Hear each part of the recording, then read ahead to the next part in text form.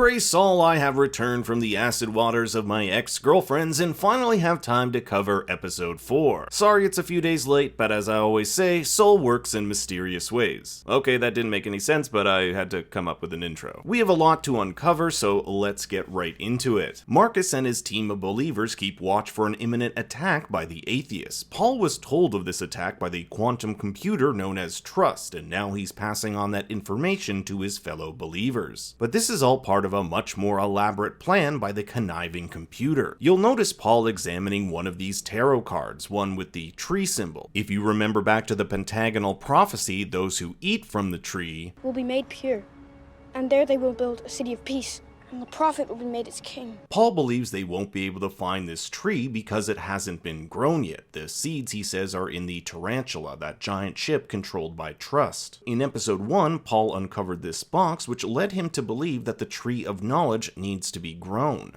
Seeds. It hasn't been planted yet.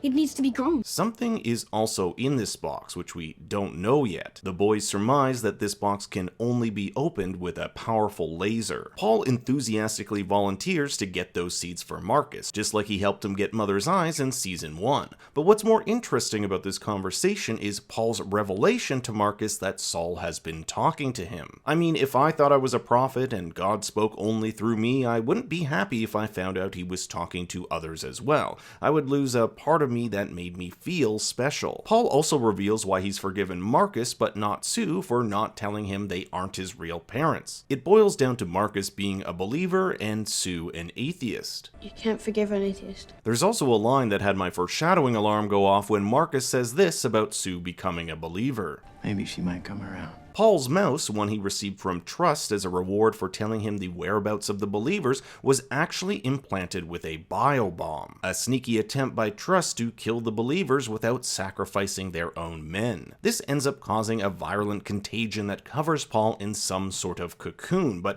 before he slips into unconsciousness, we see his pupils turn into slits, almost serpent-like. We do know that Trust has been collecting samples from the serpent, so perhaps they're using these samples to create new and deadly bioweapons. It also seems that Marcus is unaffected by this virus, likely due to Mother's Eyes, which he'll later get removed from his stomach. Marcus prays to Saul to help save his son, while also chastising Vril for being the one to bring the boys to their campsite in the first place. If Vril had never done that, Paul in all likelihood would be fine. This is all part of a gradual build-up to pit Vril against her own mother, Decima. Campion rushes off to get help from Mother, believing her to be the only hope for Paul's survival, but this would put the believers in jeopardy, so Decima orders her robot daughter to stop him. It's a move that forces Vril to attack Campion, but because she can't stray from a direct order, she has to do it. A bit of a budding romance has sprouted between these two, which makes the scene all the more compelling. Back at Atheist Camp, Father Hunter and Tempest relish in their victory over the industrial droid Billy last episode. This won Father a can of fuel blood, which he believes will help revive the million-year-old android he's been putting together for the last few episodes. Tempest also tells them the guy she hung out with at the scrap market belongs to a different encampment, one she promised to give up her baby to. You may recall that Tempest's child was the result of her being raped by a Mithraic clerk named Otho. Father shows Hunter and Tempest what he's been working on and relates its creation more akin to farming than engineering. At first it doesn't seem to react to the fuel blood, but as Father and the others leave, it sucks that liquid right up. Mother rips apart poor Vita's necromancer game, which is what gives her the idea to use one of its microchips to control the serpent. We see her testing it on a bird, but it doesn't go over too well. Sue also questions Mother about the origin of the serpent, knowing that Mother is actually its mom. Last episode, she learned that Mother's pregnancy and the birth of the serpent line up perfectly. In arguably one of the most WTF moments of the episode, Campion is attacked by Vril, only for her to be attacked by this weird-looking creature,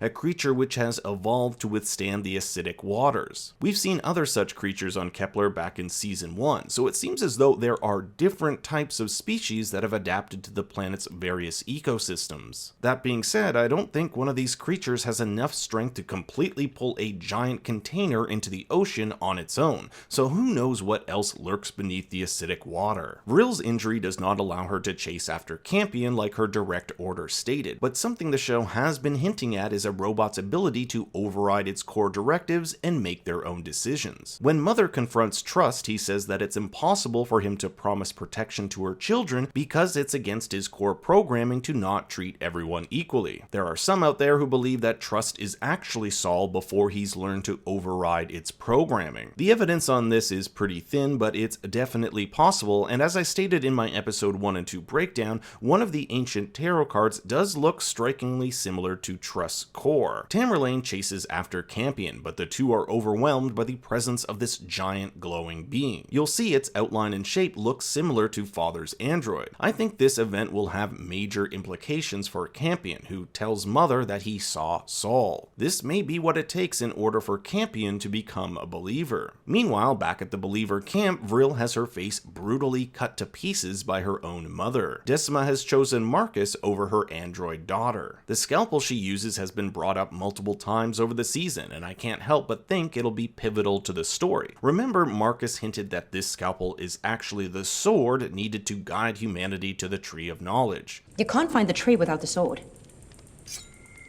That wouldn't be the one, would it? When Vril thrusts herself over the cliff, the scalpel drops too. We've seen in the previews that Vril survives this fall, so if she has this scalpel, it may prove extremely important in the future. I've theorized that this person in the previews is Vril, and now that we see her holding this scalpel, I think it's almost 100% confirmed. 4 episodes in, and we get our first major confrontation between Mother and Marcus. Normally, an android would be able to best a human, but since Marcus ate the necromancer eyes near the end of season 1, it's given him incredible powers, including these gnarly veins. And Marcus almost kills Mother here if it weren't for Campion and his slingshot. It's here Mother's eyes glow from within Marcus's body as she realizes his powers weren't granted by a god, they were stolen from her. She'll take back her eyes and use them to pick up Paul and fly back to the tarantula. Sorry Campion, you gotta take the bus home. Mother demands that Trust gives her the antidote to save Paul. She'll even wipe out everyone there in order to get what she wants. Initially, Trust has his men fire at her, but when he finds out she has her eyes back, he knows it's in his own interest to stand down. Because Trust is unable to provide an antidote nor promise protection for her children, she has him shut down. This causes chaos among the people, with Mother later promising them she will be their leader and will one day pass that baton on. This was something Trust was also supposed to do. Well, as soon as it decides we're ready, it'll pass the baton and we can govern ourselves. Mother has been priming Campion to one day be this leader. Marcus returns from his defeat, and notice how his veins have gone now that the eyes have been taken from him. Decima senses that something is different about him, and this is likely that the power has left him. A few episodes ago, Decima told him that being around him was being like in Saul's presence, but without the eyes, what will happen next? He's powerless and has no direction, plus they're in a zone with a large magnetic field, so it's likely he won't be able to hear Saul like he did in season 1. Father arrives to find his android has disappeared, initially believing it to be confiscated by Mother. However, a few moments later, we see it floating outside. If you've seen my episode 1-2 breakdown, I've theorized that this is an early iteration of a necromancer that was credited on IMDb as Grandmother. And guess what? I went to check again, and that name and actress have since been removed. This light shining through the door also mimics the intro song. The door that finally opens with light flooding in. With Mother obtaining her eyes again and becoming almost invincible, this being might be the counter to her, although we don't exactly know what her powers entail. I'm also curious what the being knows about what happened to this planet millions of years ago. Are we in some sort of cyclical pattern where we destroy our planet, repopulate a new one, and destroy it only to return to the first planet and complete the cycle all over again?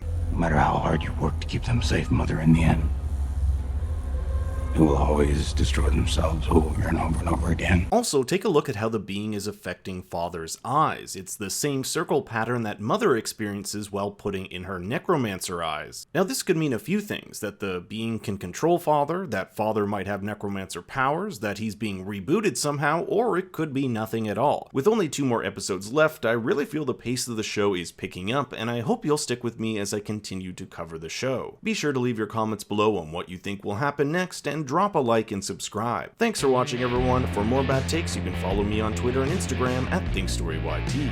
Until next time, remember, we cannot be defeated if we keep our faith.